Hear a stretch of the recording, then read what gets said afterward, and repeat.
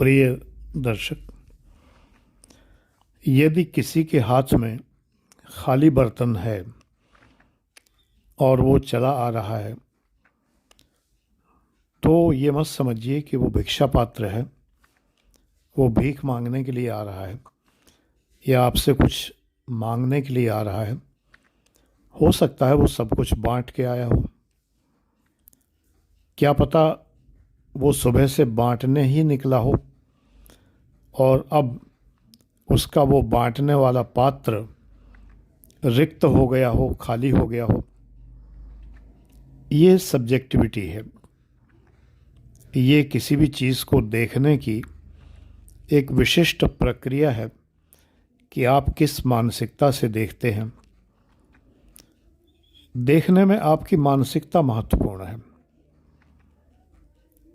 गिलास आधा भरा है या आधा खाली है, ये निर्धारित नहीं किया जा सकता। कुछ व्यक्ति उसे आधा भरा कहेंगे, कुछ उसे आधा खाली कहेंगे।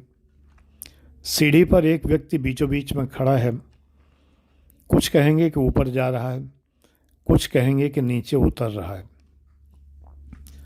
यही सब्जेक्टिविटी है, यही वस्तुनिष्ठता है। व्यक्तिनिष्ठता है, वस्तुनिष्ठता नहीं, व्यक्तिनिष्ठता है ये।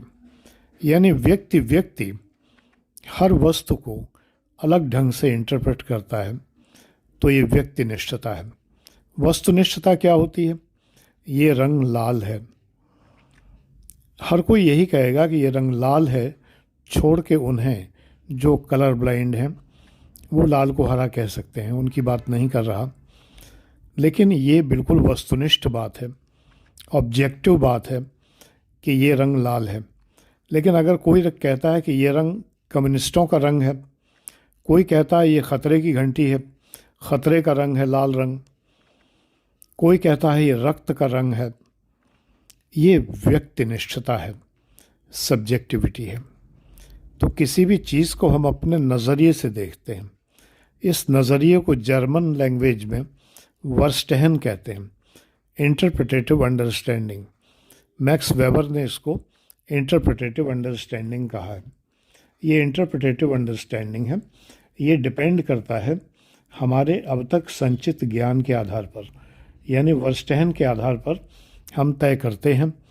जो संचित ज्ञान है उसके आधार पर हम तय करते हैं कि किस चीज़ का हम क्या इंटरप्रिटेशन लेंगे। तो इंटरप्रिटेशन हमारे अब तक संचित ज्ञान, हमारे परिवेश, हमारे संस्कार, हमारे वातावरण और हमारे नज़रिए, दृष्टिकोण, पॉइंट ऑफ व्यू पर निर्भर करता है। तो इसीलिए आज मैंने आपको इस उद्धरण की व्याख्या की।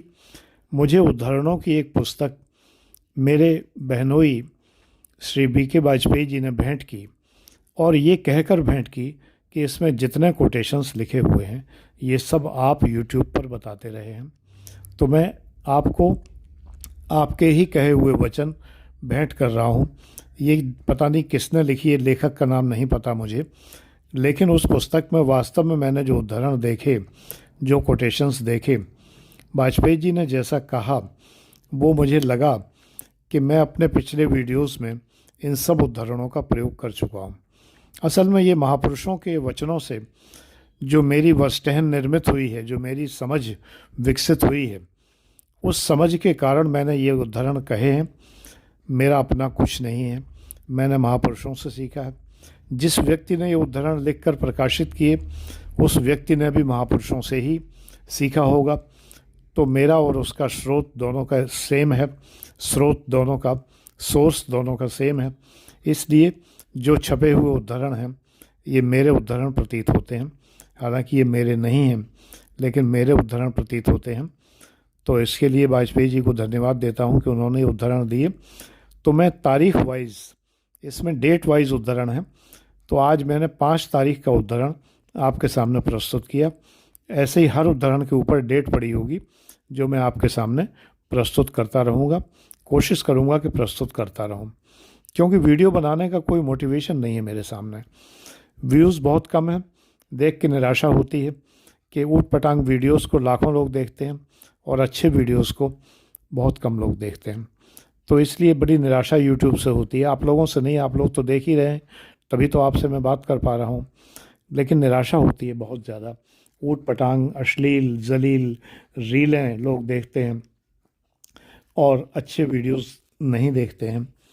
वाहियात वीडियोस, जिन वीडियोस का कोई तत्व नहीं है, कोई सेंस नहीं है, उन वीडियोस को लोग बड़े पसंद से देखते हैं। ये गिरती हुई नैतिकता का प्रतीक है, गिरती हुई मानसिकता का प्रतीक है।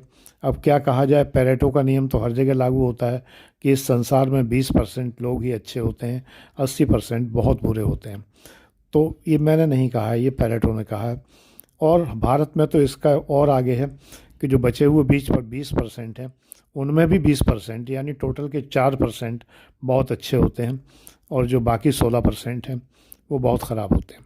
यानी 80 और 16, 96% लोग अच्छे लोग नहीं हैं, 4% लोग अच्छे लोग हैं। तो वही 4% आप लोग हैं जो मेरे वीडियोस देख रहे हैं। आपको धन्यवाद है। Thank you very much. God bless you.